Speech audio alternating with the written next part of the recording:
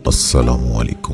جو قدرتی حسن پاکستان کو اللہ تعالیٰ نے عطا کیا ہے یہ آپ کو دنیا کے کسی کونے میں نہیں ملے گا۔ یورپ میں بلند ترین پہاڑ کی اونچائی 5000 میٹر ہے، جبکہ پاکستان میں 7500 میٹر کے 30 پہاڑ ہیں۔ دنیا میں 8000 میٹر کے 14 پہاڑ ہیں، ان میں سے 5 پاکستان میں ہیں۔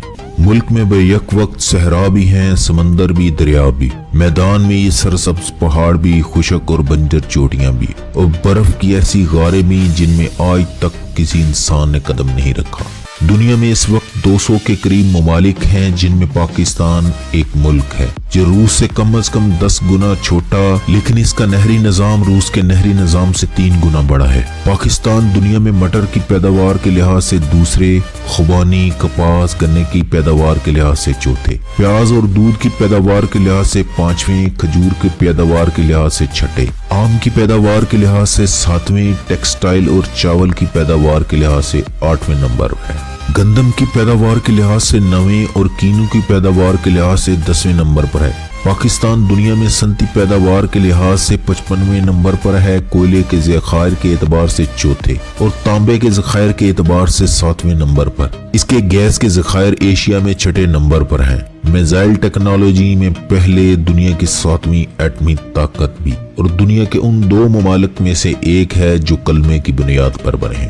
شاہراہ قراقرم چین اور پاکستان کے انجینئروں کا کمال ہے۔ یہ 1300 کلومیٹر شاہراہ ہے، 806 کلومیٹر پاکستان اور 494 کلومیٹر چین میں، جو حویلیاں سے شروع ہو کر چین کے شہر کاشغر پہنچ کر ختم ہوتی ہے۔ یہ دنیا کی شاندار اور حیران کن سڑکوں میں شمار ہوتی ہے۔ چین اور پاکستان کے 25,000 کارکنوں نے سنگلا پہاڑ توڑ توڑ کر بنائی ہے۔ اس کی تعمیر کے دوران سینکڑوں لوگ مارے گئے۔ یہ 1979 میں چین کا جدید ترین دنیا کے ساتھ پہلا زمینی رابطہ تھا۔ اس سڑک نے پاکستان اور چین کے لوگوں کی زندگی میں شاندار کردار ادا کیا۔ چین 80 کی دہائی تک دنیا سے کٹا ہوا تھا۔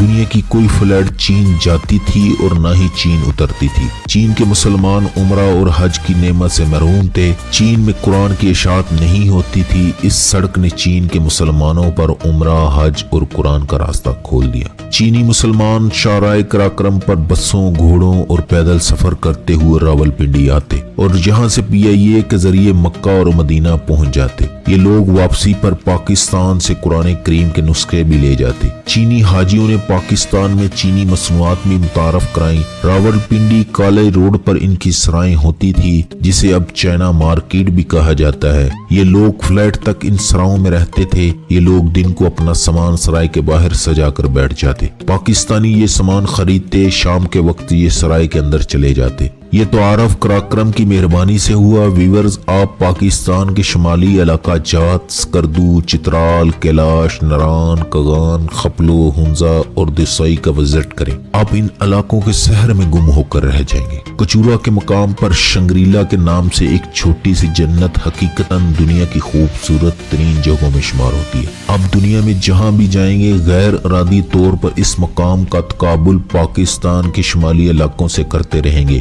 اور آخر میں ہر بار اس نتیجے پر پہنچیں گے ہمارے علاقے یورپ سے زیادہ خوبصورت ہیں۔ کیلاشی دوشیزائیں پریوں کی طرح رنگ برنگے پیرہنوں میں ملبوس حیرانی سے سیاحوں کو دیکھتی ہیں اور کئی سیاحوں کو دیکھتے ہی کسی درخت یا دیوار کی اوٹ میں ہو جاتی ہیں۔ کیلاشی جو سکندر اعظم کے وارث مانے جاتے ہیں، سالانہ چلم جوشی میلے میں رقص اور مذہبی رسومات ادا کرتے نظر آتے ہیں جو مئی کے مہینے میں ہوتا ہے۔ یہ لوگ ایک میدان میں اپنا ثقافتی لباس پہن کر ڈھول کی تھاپ پر مقصور رقص کرتے ہیں، اور ہم میں سے جس شخص نے جاگتی آنکھوں سے گلگت بلتستان کے ضلع دیر میں واقع پاکستان کی دوسری اور دنیا کی 9ویں بلند ترین چوٹی ناگا پربت کے عین دامن میں فیری میڈوز نہیں دیکھی، وہ بدنصیب انسان ہے۔ آپ کو بے شمار ملکی اور غیر ملکی سفر ناموں میں اس کا تذکرہ ملے گا۔ قراقرم کے ایک طرف بلند و بالا پہاڑ ہیں، دوسری طرف گہرائی میں دریائے سندھ۔ اسلام آباد سے گلگت تک 628 کلومیٹر کا فاصلہ ہے۔ یہ سفر انتہائی کٹھن ہے۔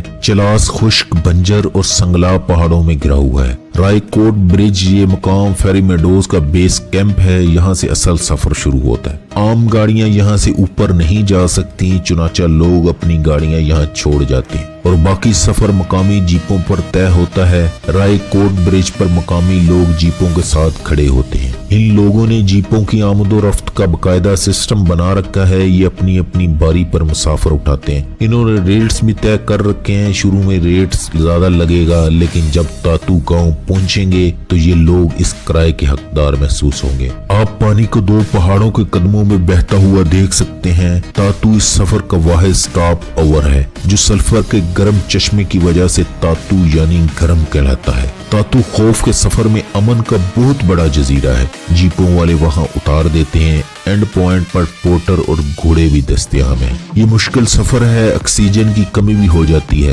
لیکن سفر کے مناظر انتہائی خوبصورت، جگہ جگہ پانی کے جھرنے، چیڑ اور پائن کا جنگل ہے۔ دور ناگا پربت کی چوٹی بھی نظر آتی ہے۔ آپ جنت کے دروازے پہ کھڑے ہوتے ہیں، جس کو انگریزوں نے پریوں کی چراگاہ یعنی فیری میڈوز کہا تھا۔ یقیناً اس جگہ میں کوئی ایسی خوبی ضرور ہے جو یورپ میں نہیں۔ وہ خوبی کیا ہے؟ ایک موڑ کے بعد فیری میڈو آ جاتا ہے۔ پہاڑوں میں گم ہزاروں سال پرانی جنت آپ کے سامنے آ جاتی ہے۔ آپ 16-17 ہزار فٹ کی بلندی پر دنیا کا عظیم ترین پہاڑ ناگا پربت آپ کے سامنے بادلوں کی چادر سرکتی ہے۔ بلندیوں پر برف نے سفید ابا اوڑھ رکھی ہے اور اس کے درمیان فیری میڈو ہے، ایک چھوٹا سا سرسبز میدان، لکڑی کے چند مکانوں کے گرد جھرنے، ندیاں اور چشمے بہہ رہے ہیں۔ ارد گرد گھوڑے اور بھیڑیں چرتی ہیں۔ ایک ندی جھیل میں اترتی ہے، جھیل کی سطح پر درختوں کا سبزہ، پیچھے ترائیاں اور جنگل میں اٹھتا دھواں۔ فیری میڈوز میں ہٹ کی شکل کے ہوٹل ہیں۔ ان ہٹ سے ناگا پربت پوری طرح ناگا نظر آتا ہے۔ ناگا پربت محض ایک پہاڑ نہیں، یہ ایک طلسم ہے جو ہر دیکھنے والی آنکھ کو اپنی طرف کھینچ لیتا ہے۔ یہ طلسم 200 سال سے کوہ پیماؤں کو اپنی طرف کھینچ رہا ہے، لیکن جو بھی اس کی طرف جاتا ہے وہ واپس نہیں آتا۔ اسی وجہ سے اسے کلر ماؤنٹین، قاتل پہاڑ کہا جاتا ہے۔ ناگا پربت شمالی علاقہ جات کی 4 اطراف سے اپروچیبل ہے، لیکن فیری میڈو اس کی مشکل ترین اپروچ ہے۔ 1895 میں برطانوی کوہ پیما اسے سر کرنے کے لیے نکلا، لیکن ٹیم سمیت اس کی برف میں دفن ہو گیا۔ اس کے بعد کوہ پیماؤں کی قطار لگ گئی، جو گیا وہ پھر واپس نہ آیا۔ آج تک صرف 2 ٹیمیں اس کے دامن کو ہاتھ لگانے میں کامیاب ہوئی ہیں، ایک 1953 اور دوسری 1995 میں۔ باقی تمام اس کی برف میں ہڈیاں بن کر دفن ہو گئے۔ فیری میڈو میں سردی ہوتی ہے، دن کے وقت درجہ حرارت 4-5 ڈگری ہوتا ہے اور رات کو یہ منفی میں چلا جاتا ہے۔ آپ لکڑیاں جلا کر ہاتھ تاپنے پر مجبور ہو جاتے ہیں۔ فیری میڈو سے 1 گھنٹے کی مسافت پر بیال کیمپ آتا ہے۔ یہ ناگا پربت کا سیکنڈ لاسٹ کیمپ ہے۔ اس کا راستہ دنیا کے خوبصورت ترین راستوں میں شمار ہوتا ہے۔ یہ درختوں کے درمیان نسبتاً کھلی جگہ ہے جہاں کسی مہربان نے ہٹس بنا رکھے ہیں۔ آپ ہٹس کے درمیان بینچوں پر بیٹھ جائیں۔ بیال سے 3.5 گھنٹے کی مسافت پر ناگا پربت کا بیس کیمپ ہے۔ یہ سیدھی اور مشکل چڑھائی ہے۔ بیال کے بعد پانی اور آکسیجن دونوں ختم ہو جاتے ہیں۔ آپ ناگا پربت کے بیس کیمپ جانا چاہتے ہیں تو آپ کے پاس پانی کا ذخیرہ ہونا چاہیے، ورنہ بیال سے واپس فیری میڈو چل پڑیں، لیکن آپ اپنا دل، اپنا احساس بیال ہی چھوڑیں گے، جہاں زندگی کی کوئی ٹائم لائن نہیں، کوئی ڈیڈ لائن نہیں، جہاں کوئی بل نہیں، کوئی فون کال اور کوئی گرتی ہی آنکھ نہیں، جہاں کسی کا انتظار نہیں، جہاں وقت برف میں جم کر ٹھہر جاتا ہے۔ یہ عجیب جادو نگری ہے۔ آپ واپسی کے لیے بابو سر ٹاپ کی طرف مڑ جائیں۔ بابو سر ٹاپ شمالی علاقہ جات کا بلند ترین درہ ہے۔ اس کے ایک طرف گلگت بلتستان اور دوسری طرف کاغان کی وادیاں ہیں۔ بابو سر ٹاپ پر سال کے 12 مہینے برف کی تہیں جمی رہتی ہیں۔ آپ کے سامنے بابو سر ٹاپ کی سفید پوش چوٹیاں، دائیں ہاتھ برف اور بائیں ہاتھ گلگت بلتستان کی وادیاں اور پہاڑ ہیں۔ یہ بھی آپ کی زندگی کا ایک شاندار لمحہ ہوگا۔ یہ بھی تصویر بن کر آپ کے ذہن میں محفوظ ہو جائے گا، لیکن اس سے بھی زیادہ شاندار منظر جو ہی بابو سر ٹاپ کی دوسری طرف مڑیں گے، دریائے کنہار کی وادی اپنا گھونگھٹ آپ کے سامنے کھول دے گی اور منہ سے بے اختیار چیخ نکل جائے گی۔ یہ ایک لائف ٹائم تجربہ ہوگا۔ سامنے درجنوں سفید پوش پہاڑیاں، پہاڑوں کی چوٹیوں پر برف، ڈلوانوں پر سبزہ اور سبزے کی آخری لائن پر پانی کا یہ لازوال منظر ہے۔